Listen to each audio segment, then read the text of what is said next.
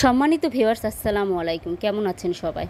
আজ আমি রান্না করে দেখাবো বেগুন আলু দিয়ে রুই মাছের তরকারি। এটা কিন্তু আসলে খেতে খুব মজা আর খুবই সিম্পল ওয়েতে আমি রান্না করেছি। তো আমি তোমাদেরকে দেখাবো কিভাবে আমি রান্না করলাম। তো এটার জন্য একটা কড়াইতে পরিমাণ মতো সয়াবিন তেল দিয়ে দিয়েছি পেঁয়াজের কুচি। এখন একটু হালকা বাদামি করে ভেজে নেব। এই রান্নাগুলো কিন্তু আমরা সবাই পারি, তবে এক একজনে এক একভাবে রান্না করি আমরা, কিন্তু ঘুরে ফিরে সব কিছুই এক ধরনেরই হয় আর খেতে কিন্তু খুবই মজার হয়। তো এখন হালকা বাদামি করে ভাজার জন্য পেঁয়াজটা আমি একটু নেড়ে দিচ্ছি।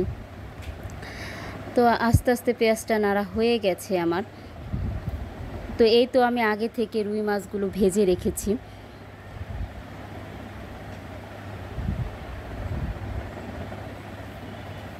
আর পেঁয়াজটা আমার হালকা বাদামি করে ভাজা হচ্ছে এখন। তো এখানে আমি কিছু মশলা ইউজ করব, রেগুলার মশলা যেগুলো আমরা সব সময় সব তরকারিতে অবশ্যই ইউজ করে থাকি, সেই মশলাগুলো আমি এখানে দেব। এক্সট্রা কোনো মশলা এখানে আমি দেব না। মানে সব সময় যে মশলাগুলো ব্যবহার করা হয়, যেমন আদা রসুনের পেস্ট, হলুদের গুঁড়ো, মরিচের গুঁড়ো, জিরা ফাঁকি, পরিমাণ মতো লবণ। দেখা যায় এই ধরনের তরকারিগুলোতে হালকা পরিমাণের মশলা দিলে খেতে বেশি মজার হয়, মানে মশলা অত কটকটা না দিলেই হয়।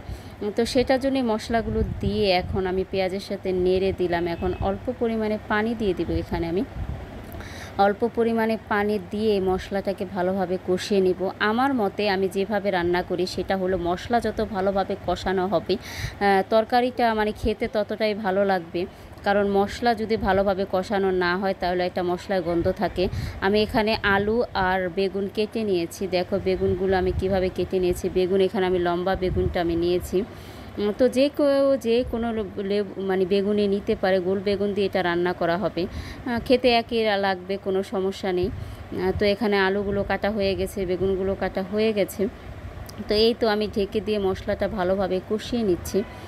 তো মশলাটা ভালোভাবে কষানো হয়ে গেলে এখানে আমি একটা নাড়া দিয়ে দিলাম, যেন তলানিতে লেগে না যায়।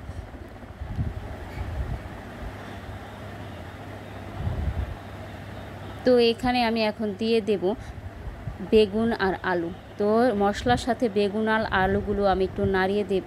নেড়ে চেড়ে আমি এটা ভালোভাবে কষিয়ে নেব, কারণ তরকারিগুলাও মানে সবজি যেটা বলা হয় আলু আর বেগুন, এটা ভালোভাবে নেড়ে ভালোভাবে কষিয়ে নিলেও কিন্তু তরকারির স্বাদটা বেড়ে যায়। তো এখন এটাকে আমি ঢেকে দিব, ঢেকে আস্তে আস্তে কষিয়ে নেব। তো মাঝে আমি একটু অল্প পরিমাণে পানি দিয়ে দিলাম, যেন এটা কড়াইয়ের সাথে লেগে না যায়, পুড়ে না যায়। তো এখন ঢেকে আস্তে আস্তে আমি এটাকে কষিয়ে নিচ্ছি। আমি মনে করি সবজিগুলো যদি ভালোভাবে কষানো হয় তাতেও কিন্তু তরকারি স্বাদটা বেড়ে যায়।